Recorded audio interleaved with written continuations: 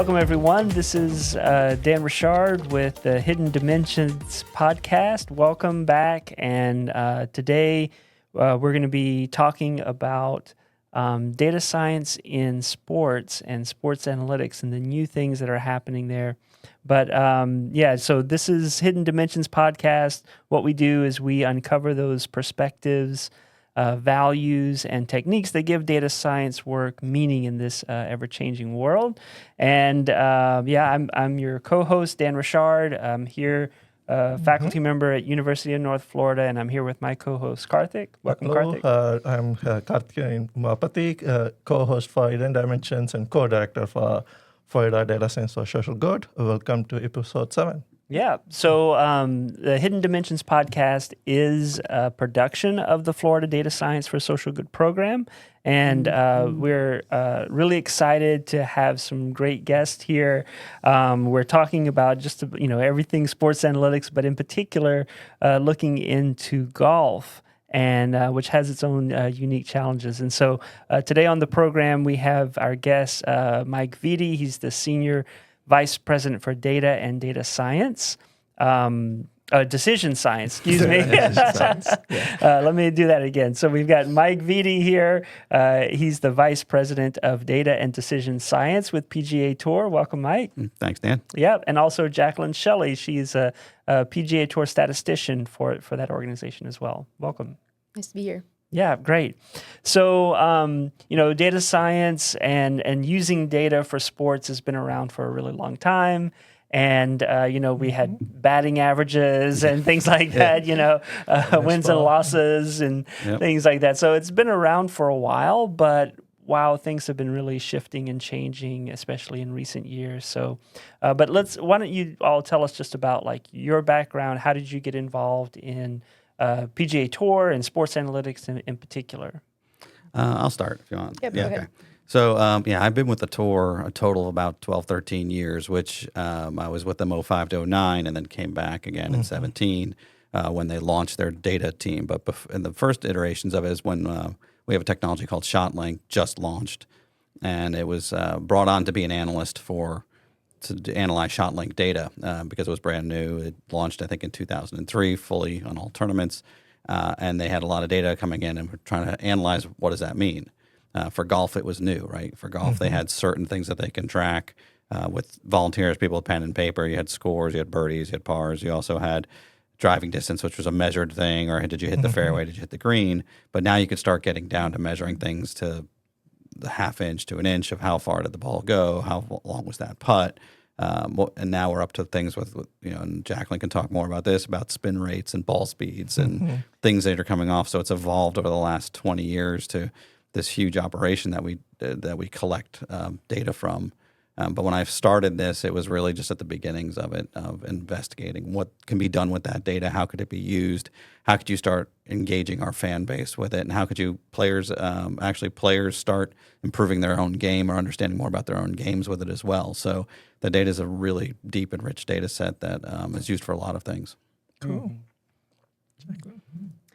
And I've been at the tour for 6 years. I joined in 2018, right within a year when Mike came back to the tour. Yeah. And I had a bit of a later start in my path to doing sports analytics. Right after college, I graduated and did a leadership development program for a retail industry, in the retail industry. And one thing I learned through that is the value of data and how much different departments were using data. So that was kind of how I got introduced to analytics and trying to bring value to the business. And that slowly, as having a golf background playing in college, I see. all of my thoughts and ideas were, okay, how do you become a better golfer?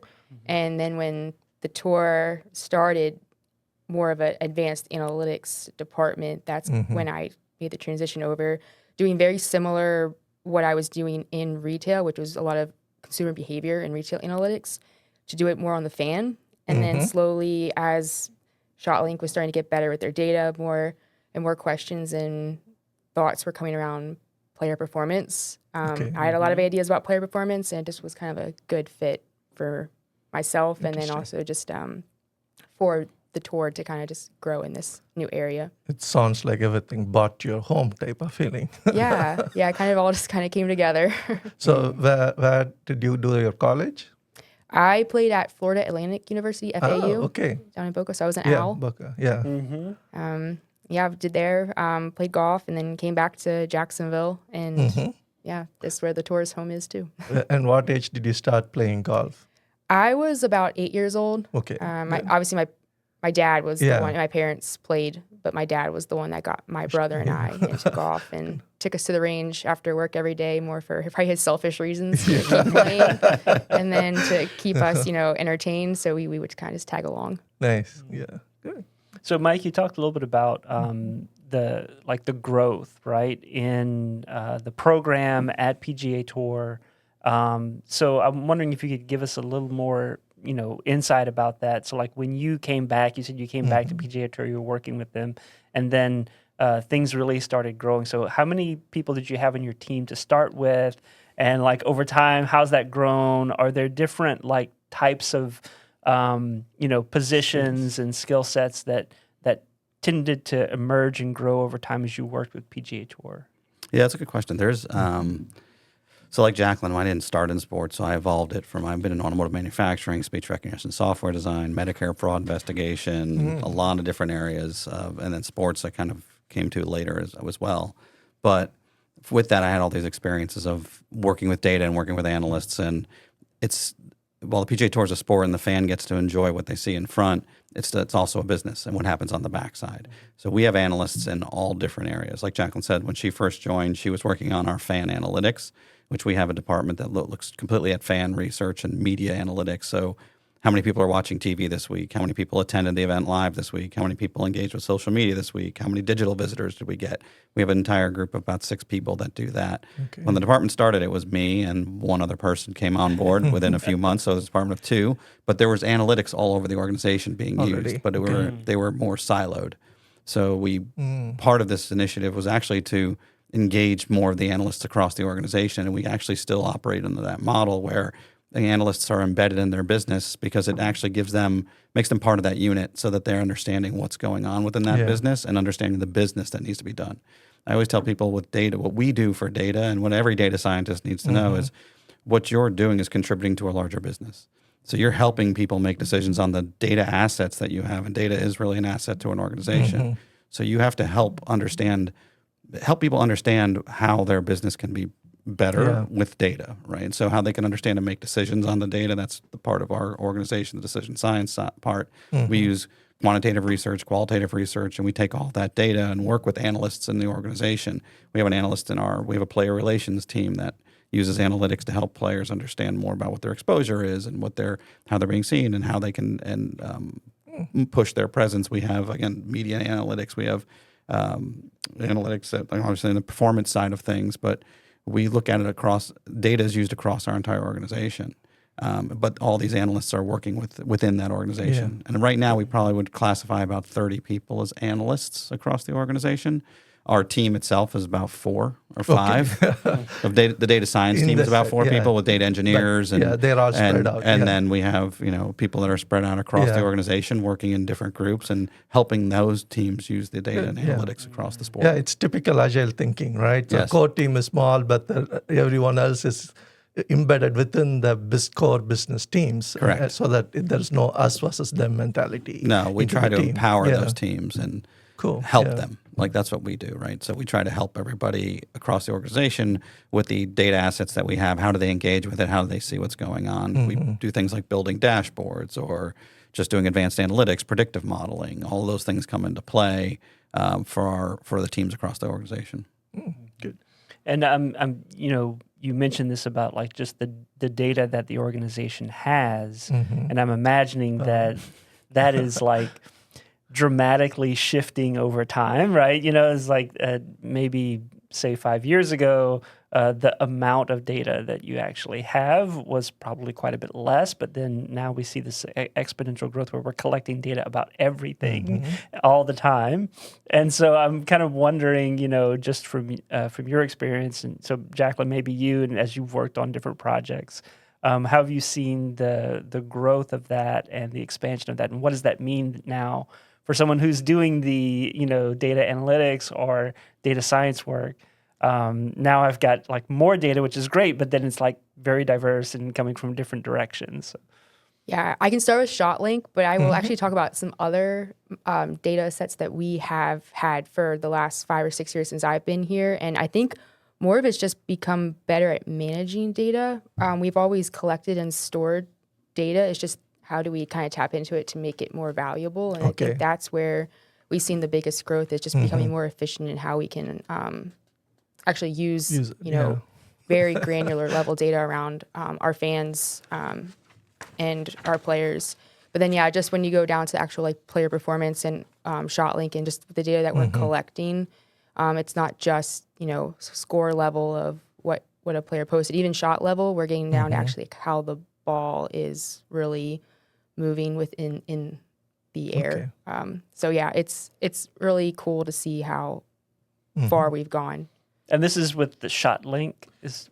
Yeah, so most audience would not know what exactly ShotLink is. You can just do a short introduction of it. I think you kind of are saying it. Yeah, I'll give you the overview of ShotLink because it's an impressive operation. So there's actually a whole other department that runs ShotLink, and ShotLink is basically scoring the golf tournament.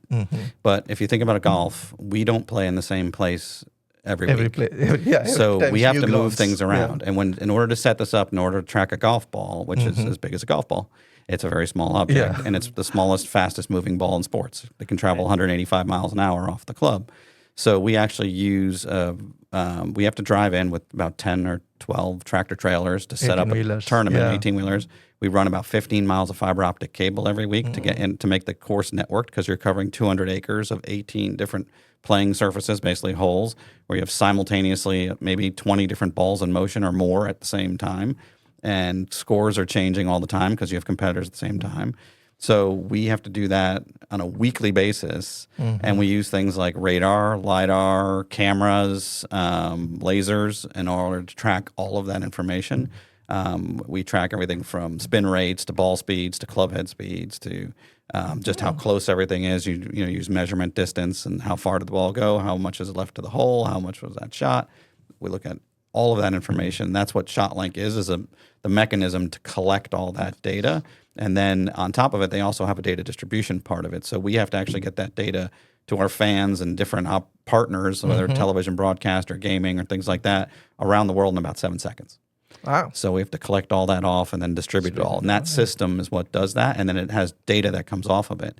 And you're asking about our data expansion. What I think the biggest thing that's changed over time now with the proliferation of cloud and things like that, we actually, data is everything. So video is data. So what people perceive as data isn't just the numbers or just little, it's anything as data, right? And so we deal with video as data, we deal with unstructured text as data, we deal with audio as data. So all of that, has to be looked at as a data asset. And that's what we do. We look at through all of those assets across the organization. And the geolocation to where geolocation, yes. We have a drone air force. I forgot to mention that we actually have about drone pilots that map the course because we map 200 acres down to about an inch or so every week. Yeah, it's pretty. I mean, spatial analytics is really where we're going to start kind of tap into, and next complex. It's kind of the next initiative that we like to start using more to understand just not just where the ball is, but general areas of where like opportunities. Should you be on the left or right side of the fairway, and types of questions like that we want to get more faster to answer. Interesting. So we talked about, different types of data is there, right? And different type of solutions you have to do. And there are different stakeholders within PGA and different stakeholders outside the PGAs and different things. So from over the years of working, you already mentioned the new complexity you need to get into is the spatial analytics. Where do you feel is the most complexity is there when it comes to PGA and sports analytics type of thing? Is it everything, or is there one thing really, really stand out as a most complex thing, uniquely different for PGA? Probably Mike mentioned a little bit, is just bringing everything together. We have all this So video data, and but synthesizing is the yeah, key. can we match it up to a shot level and then be able to identify, is that a a shot that we should say that is awesome and should be shown all the time, versus someone going in and manually tagging it. We want to be able to kind of blend the two together. So that's just kind of one example. But yeah, I think blending all of this information that we have that's data into one to use it across different models is very complex, and we're trying to solve as best we can. Yeah, so touching on that, then synthesizing things. So that means initially we have to pick things that we can really use it, right? I think this is what you were touching on early on, right? Figuring out what to use when you have so much data. So do you want to touch that back again? I think you were touching it, but you didn't finish it. What is the complexity of figuring out what data or what you could really use when you are gathering data from so many different devices? And I'm assuming many of them you don't have control over, right? It's all the partners. It's their technology, and they are providing access to the data. Actually, we build a lot of it ourselves. So we own and build it. We actually have patents on a lot of the stuff that we actually do. Now, we do partner with a few people that we use, but we deploy those technologies, and then we get the data off it, but we determine how it's deployed. I see. So that's a whole other, like I said, a whole other department of ours is really in charge of that, and they control the hardware, they control all the data, and then we own all the data. So you own the data and you own the technology too. Correct. We have a lot of partners we work with. Like all of our stuff is in a cloud environment in AWS, so we use them as a partner.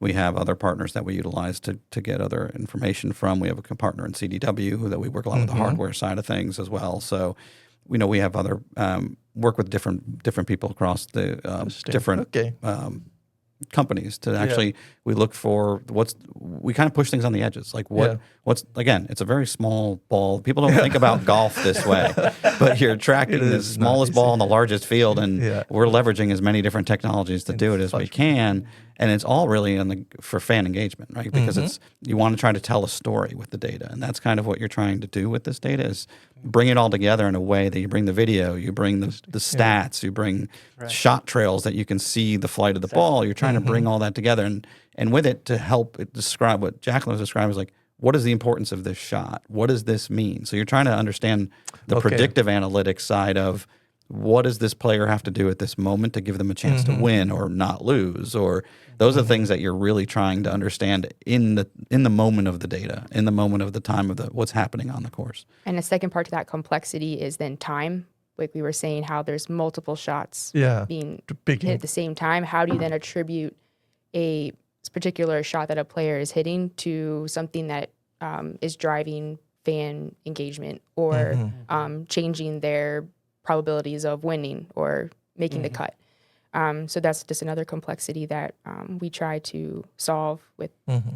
There's data and analytics that are describing the drama, right? It's like, oh, this happened, right? Like, look how it happened. And then there's data and analytics that is sharing the drama, right? And getting other people to understand why this is important and why you should be, tuning in and paying attention. Yeah. One of the projects that Jacqueline and I and another colleague of ours, Josh Aswar, we worked on was win probability analytics. So Jacqueline can talk a little about it, but we've developed basically a simulation system that can simulate the play of a tournament and actually can simulate the play of an entire season. So we can then do two things. One, we could do win probabilities.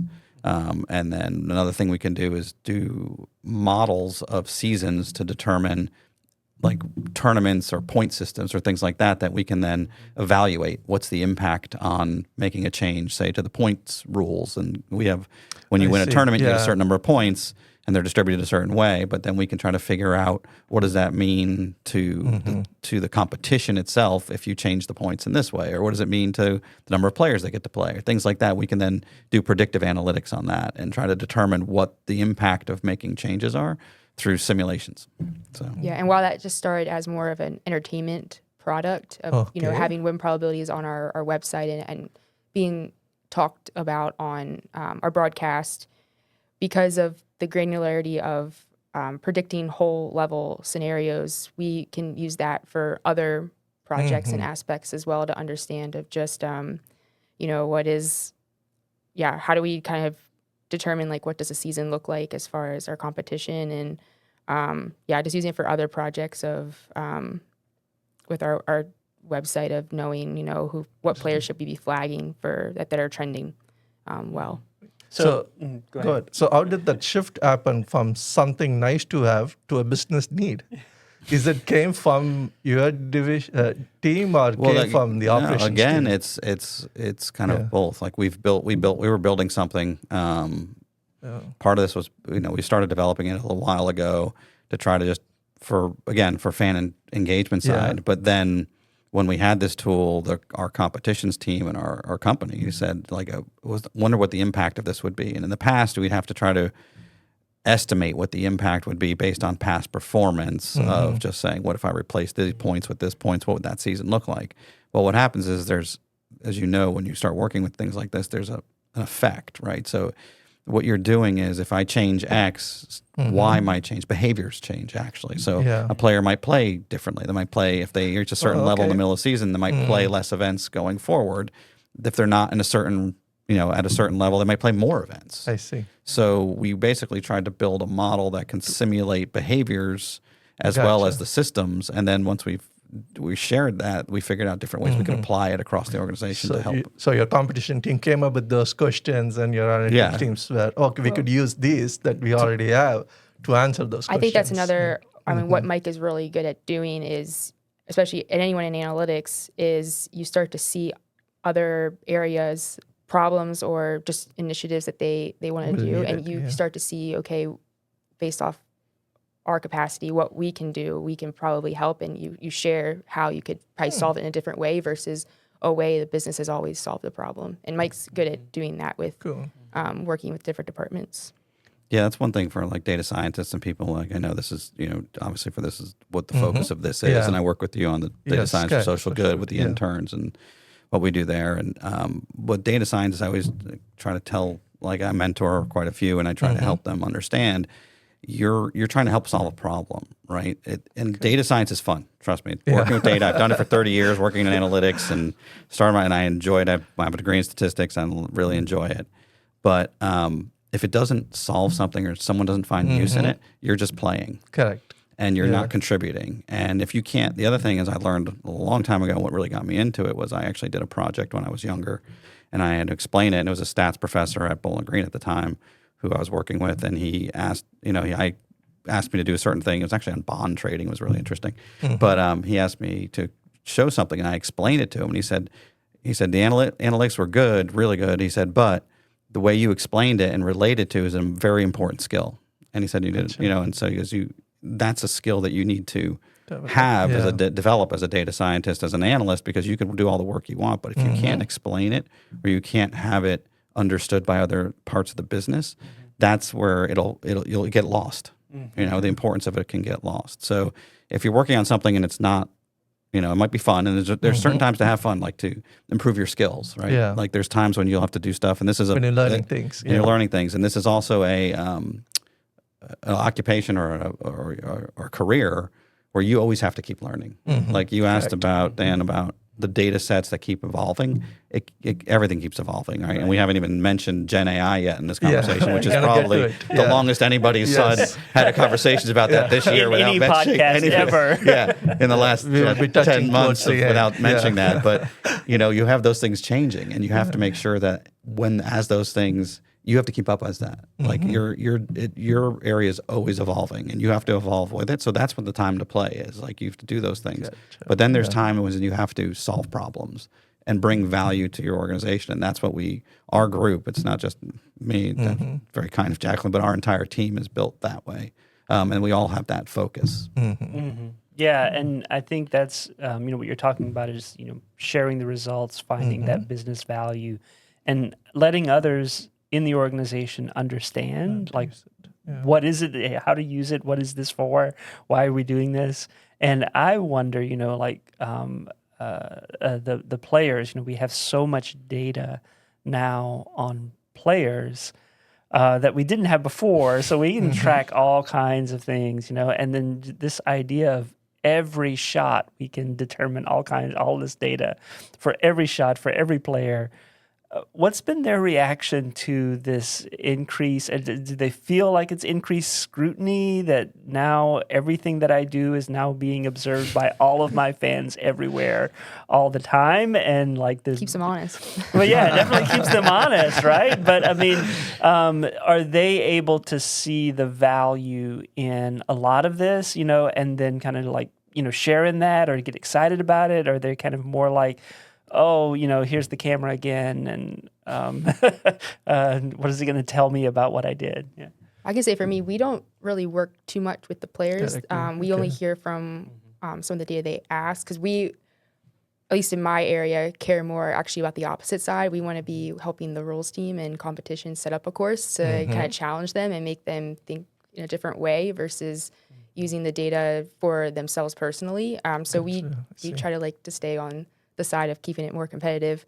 But I will say, from speaking to other areas around ShotLink, it really depends on players. Some players are actually very, very into the data and have a lot of questions, have their own stats team trying to figure out how to best play a course or set up a schedule that works for them. But then there's others that are really kind of old school and are still a lot of intuition and don't really want to get too much into the stats, because kind of plays with their head, which goes back to kind of the behavior and mindset of players, of how air impacts knowing too much or too little. Yeah, I mean, intuition is a huge thing for a lot of golf players, right? I mean, just having that sense of things are flowing and there's nothing not thinking about the statistics, right? Which I guess can't be underestimated, because you do, if you're on the golf course, every single day, you kind of create your own little data set in your own head of just how you want to analyze shots. Right. Yeah, so that leads to the next one. So obviously there's a lot of data, and now you are talking about, right, you stick to your team and helping your team kind of thing. Then there is this player side, then there is this user side and your team side. So how are you guys balancing this bridge between you are the technical team side, but as you were mentioning, you got to make your solutions impactful, but that impact is on the human side of the thing. So how you guys go about bridging these things? Well, that's partly where we have the embedded analysts, right? So the analysts are connected to the business, and they're connected back to the technical side. So it's a lot of interaction between those teams of people who are embedded there, but it's also just meeting with the teams and meeting with the people within the organizations, being involved with it and listening, and you understand. It's really you understand the priorities, right, of the business itself. Like every company has its priorities, has its goals, has its strategies. And we just try to plug into those strategies and balance those priorities. Obviously, you can't do everything all at once. Yeah. So the question is like, how do you balance those priorities? And that's where with our team, they have very much they're empowered really to understand and to make those decisions onto which priorities they need to schedule at that point in time, or what projects need to be done now versus ones that can be pushed down the road. So it's just a balance of all of that, because obviously you don't have infinite amount of resources. Nobody does. Yeah. And you have to make sure you're choosing and selecting the right priorities, and you do that on direction of the business, right? We're an asset to the organization. We are something that we contribute to the entire organization. So we are really helping them. So they really drive the priorities as to what needs to be done, and we just figure out ways that we could best plug in and support them and try to be strategic on supporting those needs. Yeah, I think before the PGA was kind of more distributed organization. Now it's more co-location. Does it help in now achieving more of those goals together? Oh yeah. We have a new headquarters that opened a few years ago, and we actually were in 17 different buildings around the area. So people were in-person meetings were harder. Even the technology as things have advanced, just even people working remotely can still be connected to that. But we have most of the people of our organization are within that building. And now we're building a new one. That's all our broadcast center, which will open up later this year. It's an amazing technology building, and it'll bring all of we still have an operation down in St. Augustine, which is, a half hour south of here, that does all the broadcast stuff right now. Okay. So when we have everybody basically on our same campus, then we have like a campus atmosphere. We'll have even more interaction, I think, with each other, which will help, because we work, like I said, we work with every team. Jacqueline works with the people who are, when we're producing an actual broadcast, produce stats and they show you what's going on. She works with the broadcast team, works with the agronomy team, works with our competitions team, our player relations team, even our Corn Ferry, ShotLink, digital, gaming, everything. So it's having everybody together makes it a lot. You can more cohesive, and you can actually talk, and you have just those random conversations too. When you meet somebody at lunch, you run into somebody in the hallway, and you just have these conversations. More ideas flowing, more innovations flowing. Yeah. So thinking about that, this you're working with a lot of different people that have a lot of different needs. What advice, and maybe Jacqueline, you can kind of address this, like if you were giving advice to someone who wanted to get into this field and they're thinking about getting into this field, maybe sports analytics, not necessarily golf, but just sports analytics in general, working on those different teams with different people, what kind of suggestion would you have for them? What sorts of things should they be oriented toward? Yeah, I would say don't be shy to really start in any. If you really like analytics, start anywhere. It's just here for us. Our background, we didn't start in sports. It kind of just happened. And then there's so many opportunities online to find. I mean, there's many, I guess, competitions that leagues put out there, and they freely put their data out there that you can really kind of explore and come up with different models. And don't be afraid to present either. Like we just said, sharing is probably the best thing that you can do, because it kind of leads to more ideas and gets you more exposure into maybe trying other projects that people, if they see what your work does, you could do other things as well. Anything you want to add, Mike? Yeah. No, I think Jacqueline hit the main parts. I mean, that is, to me, when I look at building a team, so I've built analytic teams before, I look for people who are interested in analytics, because you actually, like I said earlier, you have to keep improving on analytics. You have to keep up with it. You can't, so you have to be really interested in the analytics or the data science side of things or the data side of things. And if you're passionate about that and interested in that, then you can always marry it with something else that you're really interested in, a sport or even any type of business. And then, but you really have to be into the analytics side of things, and you can learn from any analyst from any industry. Just like one of the things I think some people will look at too siloed in their own areas of business types, whether it's sports or non-sports, but you can learn from things in all different areas, right? So analysts and steal, borrow, whatever you want to call it, but look at other approaches and other ideas and just reapply it to things. I'm always looking at different analysts and reading different white papers or attending different seminars or doing different things and just trying to learn from other industries. I've worked in multiple industries, but you can learn a lot from what analytics are being done in other areas. And then the thought of it is, how do I adapt that to the problems that I'm trying to face, right? And what you're trying to do with it. The approach and the solution or the technology can be applied. You just have to understand your problem and then how to readapt that technology or application or approach to what you're working on. Good.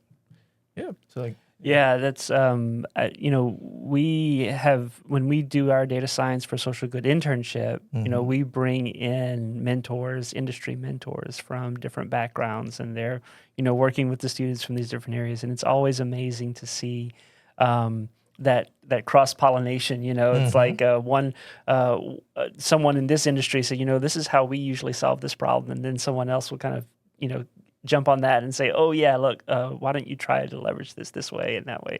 And it's amazing to see and wonderful when those ideas come together. So I guess sharing and being open and listening is really key in this industry. Yeah, I encourage people to go to meetups, go to join an organization, right? There's a lot of things like American Statistical Association, Informs. There's all different things that you can, conferences or just the local meetups or local chapters that you can take part in. And then you meet other people who are interested in the same things, and you share ideas. And there's so much online. Like I think about when I started my career, you couldn't Google something and look for, how do I do this? That's right. There's no Stack Overflow. Right. There's no, those things don't.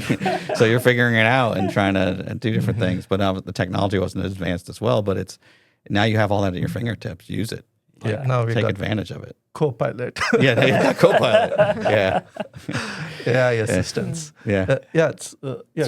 From technical side, and I think, as you work as a data scientist or analyst and you work in this field, there's a technical side, there's communicating that to the stakeholders, but how do you balance that part of being able to express something, bring a solution, but then sort of be honest about what it can do and what it can't do to those that maybe aren't as technical in that field, and like help them that. And Jacqueline, what do you think about, like, how do you thread that needle of saying, okay, here's something, it looks great, it's flashy, but you want to hedge here and there, and make sure that we're using it in that technology in the right way?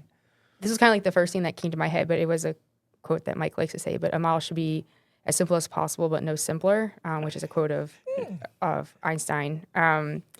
But it's to really not to I think when we have a problem as a data scientist or data analyst, you want to think of something very complex, and I want to make the most complicated model there is.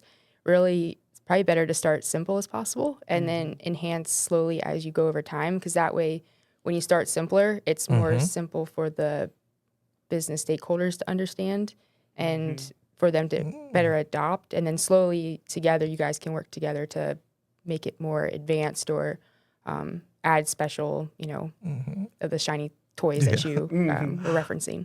Yeah, and do you see that that they're responding to that? Like when you take that slow approach, you can kind of see those stakeholders, responding to you in a more positive way because they get it. And they see like the application of it. And I think that goes a lot back to the communication side of just being able to really sit down with them and walk them through the model, present it in a way that is easy to understand. Don't make super complicated charts or graphs. Really just keep it very basic. And eventually it becomes like more of a partnership along the way. Interesting. Yeah, going back to what Mike was saying, like, right, we can solve problems, but we are not able to explain it, the impact won't happen. So the more complex the solution, the more complex we have to explain, and we cannot break it down, then people are not going to use it, then impact won't happen. So it makes sense. Yeah, and you always have to be honest with what the capabilities of it, like Dan, what you're asking partly is like, we have a win probability model. I get the question all the time, how accurate is it? I'm like, it's not accurate enough that you're still talking to me because I can't predict the future. Right? It'd be very lucrative if I could predict the future, but you can't. So you have to understand the constraints of what you're trying to do. And sometimes it'll give you a more precise answer, but sometimes it's more directional, right? And you have to kind of explain that to your audience, really. Like, what is the intent of what you're getting? Does this give you an idea of direction, or does this give you an idea of very more precision? And some of the things you have to do too is I always caution people on reporting on false precision, right? So if you think about, you get a result from something and you take it out to 4 decimal places, is it really that accurate? Like, or should you be rounding it even more just to show that this is really an estimate of direction and not necessarily something of precision? So that's where you're trying to, that helps you as you're talking about, as you display things and make it graphic or visual, but also just how data is shown or even the figures are shown. It helps if you think about things that way, and it kind of relays someone to you. And you have the psychology background you're coming from. There's a lot of behavioral and psychology and how you display things and what you want people to interpret. And you have to think about your audience and what you want to do and how you want them to, what they might be expecting to see, and help them bridge that gap. So understanding what your audience is to display the data, to understand the data, and so that they can act on it, right? So there is a behavioral psychological aspect to how you're showing that. So if I show you a number that says 1,000, or if I show you something that says 1,011.2, you might think that this is a much more accurate model than it actually is. But if I show you it's about 1,000, when it comes out to be 984 or 1,100, you're like, oh, you were in the ballpark. It was about 1,000, because you showed that in a way that was a little bit more, this is an estimate, right? So you're triggering that thought pattern in somebody when they're seeing the data and interpreting what you're doing. Yeah, and I think it's, and so much more responsibility as fan betting is becoming more and more popular, and I imagine that influences golf quite a bit as well. And like there's data there, and people may kind of make more out of it and maybe get themselves in a little bit of trouble. But it's legal in 34 states now, so it's impacted sports as a whole. Like it's an All industry sports itself now, that's impacted every sport, not just us. I mean, now you could even see in the telecasts on sports broadcasts, they're showing things like odds, and they were more freely. But if you think about back not too long ago, you wouldn't see any of that in a broadcast, and now it's in a lot of broadcasts, and now there's sponsors that are, you're sponsored by those. We have an official sponsorship as well, so they, they're in the broadcast, they're in the sports pages. It's just a normal part of everything now. Before it wasn't as talked about, but now that it's a huge business, and so now you see it up front. It's not gambling anymore, it's investment. It's still gambling. It is. Yeah. Behind the scenes, right? Yeah, so we were talking about that synthesizing as a complexity, right? Let's bring the AI into the game now. All right. So, and I know PGA has already been using a lot of AI behind the scenes. So yes, give us a good idea into what is that PGA is already using and how the new things you are considering and going back to, you have to synthesize all of this and to put it into use. So yeah, what are the challenges? What you guys thinking? Do you want me to take that? Yeah. I mean, I can start. I don't do as much AI as Mike and others on our team, but I would say where we're tapping into AI on the player performance and competition side is simulations, and really, we have historic data. We don't have historic data on every aspect. When we add new courses, we don't really have a lot of information. When we have new players, like rookies come in, we don't have a lot of information. So we really rely on building robust models to simulate how it would actually play out. And I think that's kind of where our growth is going to be heading in the next couple of years, and then I'll let Mike talk about other areas that go into more the Gen AI. And when we're talking about simulation, it's like a data simulation, like the probability distribution simulation, and we are not talking about the AI SARA simulation where the video itself is fully simulated, right? Just not yet. Not the video, Not yet. not the player video game simulation. Yeah, not yet. But those are part of it. Like it's a grown of that, but we have about 30 plus different projects going right now that deal with AI and Gen AI. Wow. We have our data science team. We have our digital team that works a lot in this area as well, and our broadcast teams. We work with our partner. AWS is our official AI partner, ML AI partner, who's been fantastic. We get a lot of their early products like Bedrock and Titan, which are their models, and we've incorporated that. We have a lot of information. So if you think about the tour, beyond the data that you see on the course, but we also have a lot of information that from the years past it's in more static formats, PDF files, or even hard copies that you then scan in. And so how we mine that for information, we're building internal tools that can actually help us find some of the internal information that used to be harder to access. And building things like, we have a rule book every year that gets updated every year for player eligibility, and it's 200 plus pages. So we have a competitions team that has to answer questions about that. So we're enabling AI to help them generate, find things faster, what's changed, how do they answer questions from different, that may come in from our players in the field. So we have that area. If you think about, we have fans globally. We're a global sport. So every country we have, I think there's 200 different countries and territories that we're broadcast to. There's players from around, I think we have 85 or more, 100 maybe international players from, can't remember how many different countries, but we're working on AI things like using Translate to translate transcripts or broadcast pieces to go into their local markets.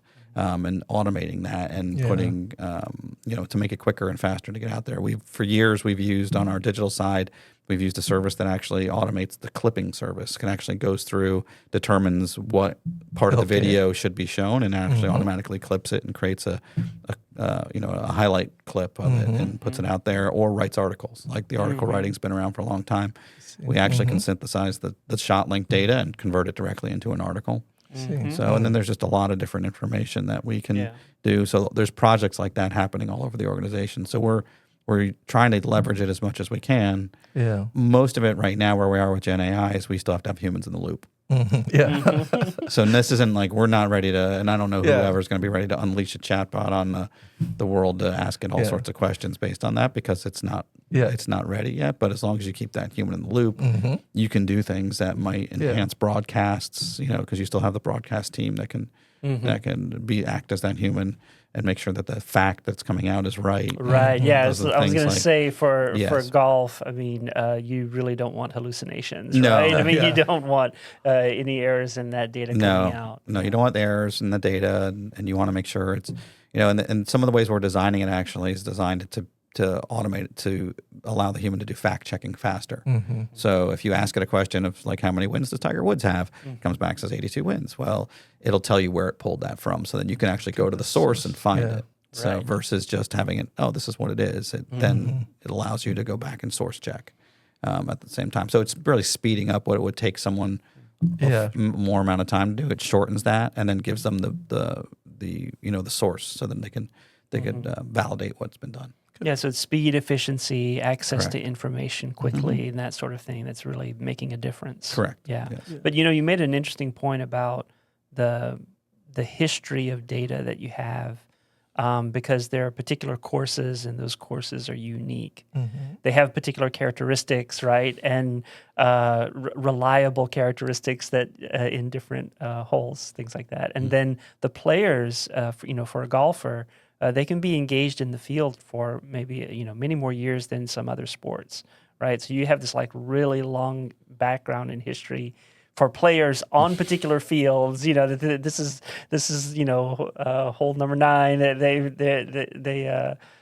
This is how they usually perform on this particular course, this particular hole even. Yeah, I guess the challenge is then understanding how far back can you go, just because, the way players play is different. And also courses change over time, even just from a year ago.